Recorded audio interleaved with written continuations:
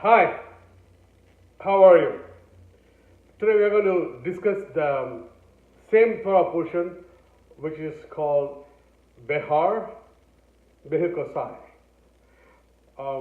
Last time, we started this Torah portion. Today I'm going to talk to you a little bit of interesting item because we always talk about the first commandment, what God said that I am your God who made you to get out of Egypt from the slavery. உன்னை அடிமைத்தனத்திலிருந்து புறப்பட பண்ணின தேவன் நானே. So we're going to talk about the slavery.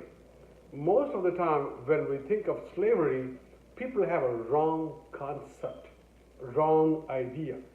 Meaning a slavery or a slave person is bound to do every work and the owner can use him as the way that he wants to use him.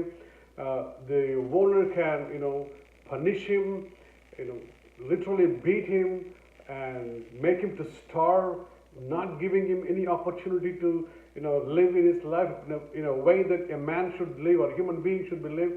So there are so many things that we think about when it comes to slavery. And it happened all the time, even in India and in other countries. We always think about the slavery by the foreign countries or the foreign governments. Even in America had this slavery situation. So the slavery, what we have seen outside of this Israel, outside of this Torah, is absolutely, totally wrong than what the Torah talks about. The Torah talks about is absolutely different. The Bible talks about a different type of slavery or the slave. If you knew this one, you would be surprised to see, is that real? Because that's the way it should have been done, but it never been done like this because the word was given in the hands of the slave master, that is Satan, that's a demon. So what the Bible talks about in this Torah portion called Behar-Behukotsai, what it tells us that when anybody can go and get a man to work for him, or anybody who was been sold to him, and that he or she can never become a slave to his or her master. Slave in terms of biblical way, in terms of Hebrew way, is a different way that it describes exactly one who cannot afford himself to live, or one who realizes that he could not make it up in this world. When he is pushed to that corner, when he is come to that edge of his world, then he can sold himself as a slave to someone else. Isn't it different? Because it is not that one who can go and buy this slave for him, rather the conditions of a life, the system of life, when one man become that he could not able to stand by himself, live by himself, he has used all of his resources, there is no way possible that he can live, then he becomes a slave to someone else. And the master buys him and uses him. That's what a slave is. Nowadays we see the slavery is kind of stealing the people, from stealing the young kids and sell them into like a slavery type thing. That's what we call slavery. And then, the kids were taken into different parts of the world. Probably it depends on the country where they live. Probably if they're living in India, they might sold to different people in different parts of India. They may make them to work for them. They may make them to be a beggar or go and beg the money and earn the money for them. Sometimes the cruel things happen in India. That's why I'm talking this subject, because recently I saw a post in Facebook. They showed that there are like hundreds of kids who have been kidnapped and their the parts, internal organs have been taken and it was sold out. Which is, I'm not sure that this new or, the news is real or not, but I don't blame. There is no wonder we can believe these things happening in these days. I have no doubt at all. But I have not, researched furthermore on that. But still, I want to talk about the slave. That's why. See, the biblical terms of slave is a person, a man, when he becomes nothing, when he could not afford himself, when he finds himself that he couldn't do anything by himself, then he sells himself as a slave to, or someone can sell him, because in those days, because this man cannot live by himself. So that's how this man will be sold, and the master, that is a problem now.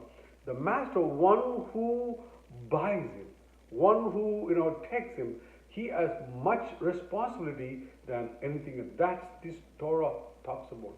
The Torah talks, the owner of the slave should never treat this person in a demean way. He can never demean him, and he has to be given the respect that he is supposed to. That is why this is where 3,338 years back, this is where the term even self-respect comes out, because the self-respect comes out from the slave. He must be treated with his own self-respected way that he is expected to be treated. So the owner should never demean him. Rather, he should give him all the preferences. He should treat him just like a contract worker in his house. Whether he is contracted for 1 day or if he is contracted for 1 year, he must treat him as a working partner or working person in his household, and he should never treat him as in a demeaned person, or he should never, treat him or inhuman way. These are the laws of the Torah those days. They were observing this one. Nobody can. We see the slaves had more preferences than what we think today. Nowadays, the slaves will never have any option, no option at all. This is really very, very, I don't know what to say this type of situation here. In America, for example, even in any other country, the same thing. People kill, people murder, and then people steal someone else's things and properties, and they put them into the jail. But when they go in the jail, what they do? They can do anything they want. They can get all the education they want. They can become a lawyer outside. They can go to school. I mean, they have every facility inside the prisons, and they use our tax money. We pay the money for those. So what type of a punishment a prisoner gets in here? Never, nothing. It is even the slave. The prisoners are much profit, benefit. See, the victim, one who lost his things, one who lost his father or son, because the guy, one who killed in the prison, they suffer a lot than the murderer, than the thief, than anyone else.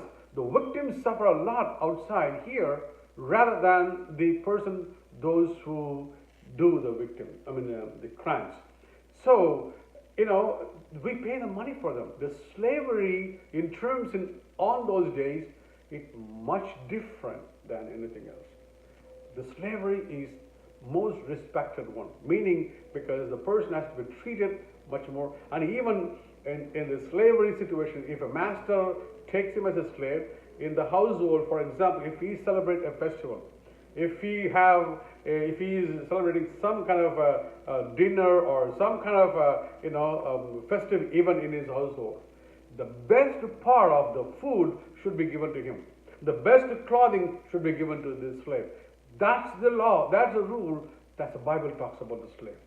So so the slave in terms of Bible is absolutely different than what we think of. And the master. Not only the master. So how about if a slave has a family? Suppose if he has family, wife and kids, and the master should take care of his family again. His master should take care of his children's education. His master should take care of his children's, food and everything. So the master has a whole responsibility in adopting a slave to him, and he must take off all those things. This is what the Bible talks about. This is what the Torah talks about. Slave, in terms of Hebrew ways, is very, very, much more, total different meaning than what we think of slavery. And the other way around, in Israel, in the Torah, what we talk about is when these, even if he has any bondages, even if he has anything like any debits or anything, that was supposed to be taken care of by his master too, because he is a wholesale, owner of this slave. So he must take care of everything that he was doing before, which is really, really something that we have to think about this one. When you bring any slave to your house, remember that you are paying, the self-respect, the full respect to the slave according to the Bible. And one more thing I want to tell you, when during the time periods, that's why Israel had the Shemitah years, they call. Every 50 years, the economy. That's sometimes when this word would have followed the Torah strictly from the day one until today, this world will not be facing all these economical problems. Never, never, ever. Because the Bible talks about every 50 years, everything comes to zero. Meaning every debit should be nullified. Every debit should be zeroed. So the whole economy begins again with the start beginning again. So this should happen every 50 years. 650 years. Meaning that every 300 years, this has to go in a cycle, and then there's no debt in this world. There shouldn't be any debt. Every debt should be wiped off. So that's the Torah portion talks about. If this would have been followed right from the day one, today, I don't think that there would not be any economical problem around the globe. But the Torah and the commandments totally was hidden. Nobody wanted to bring it out. Nobody wanted to rule that one. So that's how we are stuck up in here. Countries are debited today, and the whole world is debited in so many ways. And also, after the release of the slavery, after the bondage of slavery, from maybe he worked for 6 years, he worked for 5 years, he worked for 7 years. After the release of slavery, no one should talk about that he was a slave before. He must be given back the same respect what he used to before. So nobody should be talking about his previous thing that he was a slave or something. No, no, no. Remember, we talked about the gossiping the other day? We can never talk about this. So this is what the Bible talks about. This is what the Torah talks about. The way that we think about slave is not the way that the Bible talks about slavery. So if you want to make a slave for you, you can make somebody slave to you, but you will be taking care of his company, because slave means when a man or a person becomes unaffordable by himself, or when he becomes totally zeroed in his resources, he could not able to make up his life, then he becomes a slave. Folks, slavery is completely different. Egyptian slave is totally different. Hebrew slave is totally different. So I'm telling you, Torah portions are always the best possible way to live the life. We forgot it, we didn't dig it, we didn't learn from it, and every single day the whole solution for the whole world is in the Torah, folks. Behar-Behukotsai2. I will come back with some more information next time. Until then, Shabbat Shalom, be safe, bye.